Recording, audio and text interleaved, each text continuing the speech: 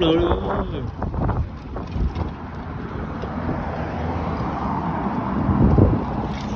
Luôn thì có một 30-40 triệu sức thì tôi chạy lái cho xe mà ít thì ở lệnh của tôi tàu ấy luôn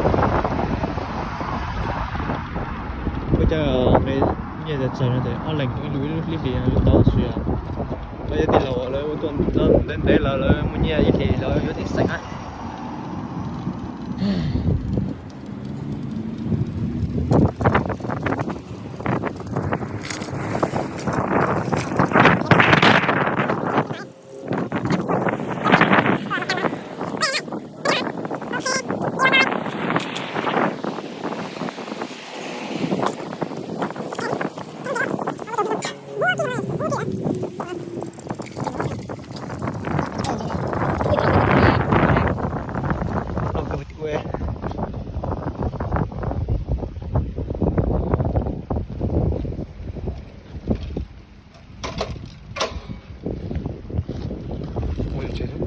Mấy con mệt cưới không cưới nhiều bội đi coi thử đi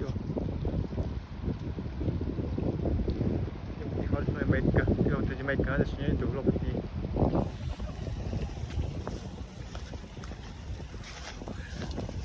thả câu này được thôi Thanh thả câu này được này thả câu này được này được sâu sâu như nó không thấy mình nó mới ăn nữa hay là cái câu rùa đấy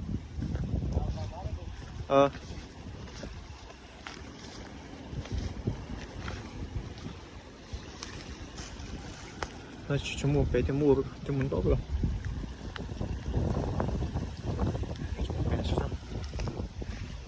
tan ô đây cái loàn tứ à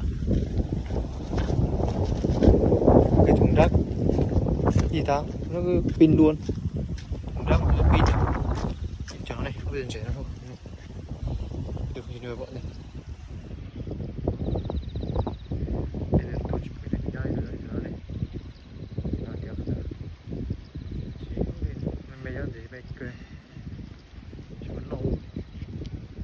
cái thùng rác này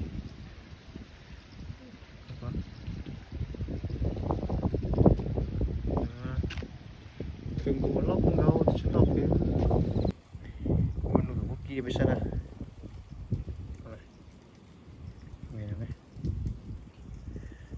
làm mới được lóc cửa nó sẽ được từ đó đúng rồi nó làm nữa từ này được ta thì vô nó gọi được còn tự nhiên nó chưa cho nó sẽ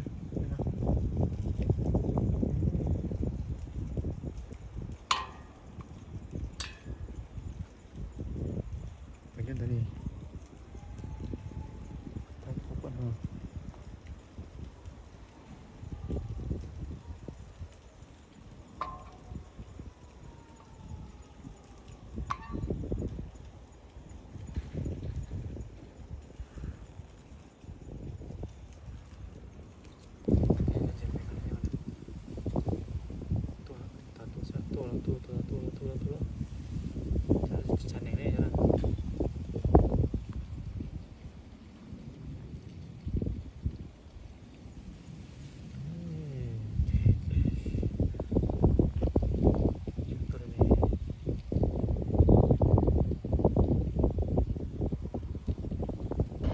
giờ sao đưa nó lại này nó nặng kinh luôn ấy cái mày đi ủa nó vô cái miệng luôn vô miệng rồi cao không có miệng nữa mà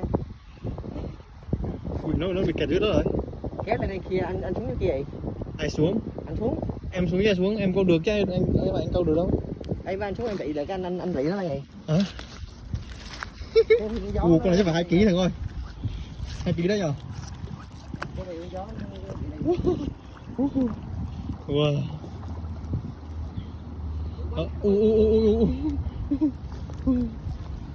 cô thật núi lớn gì hả nó từ nó không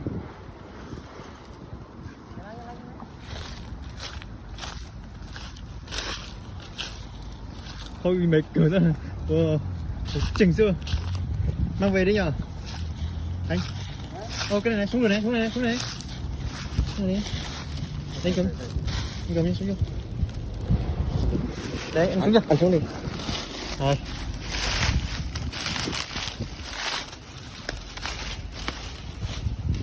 Qua đây. Bắt cho. Hèn chi. Đây, qua đây. Không được đâu. Kẹp bên kia rồi. Ôi rung cơ. Ui. Mắt nó đỏ khoe luôn rồi. Tròn sách cơ ấy. Ui bình thường. Đồ đâu mà chả ăn được. Nó cán rồi nó không ngã đâu nha. Biết rồi. Wow. Em nghe thằng ơi. Bóc cái me Cái đi. hả?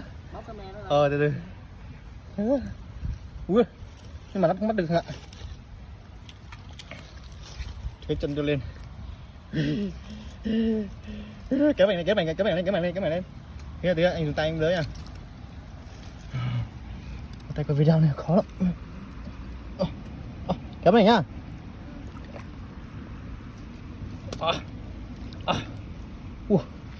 Ăn cừu. Tao được. Đủ má. Sao đâu? Nó đắt được kìa, thấy chưa? Không có cái kèm.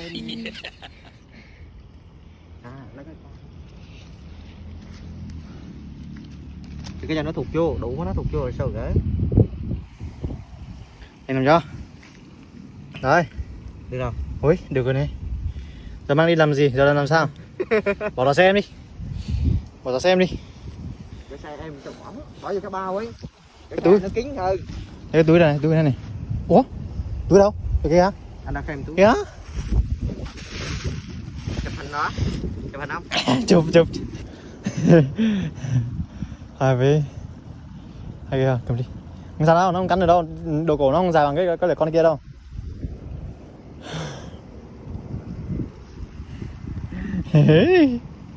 Ok. Miếng ngộp em. Cái nào đó đâu?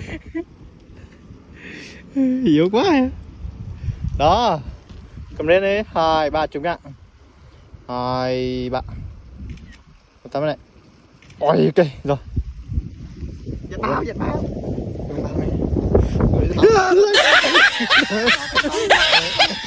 Chạy á.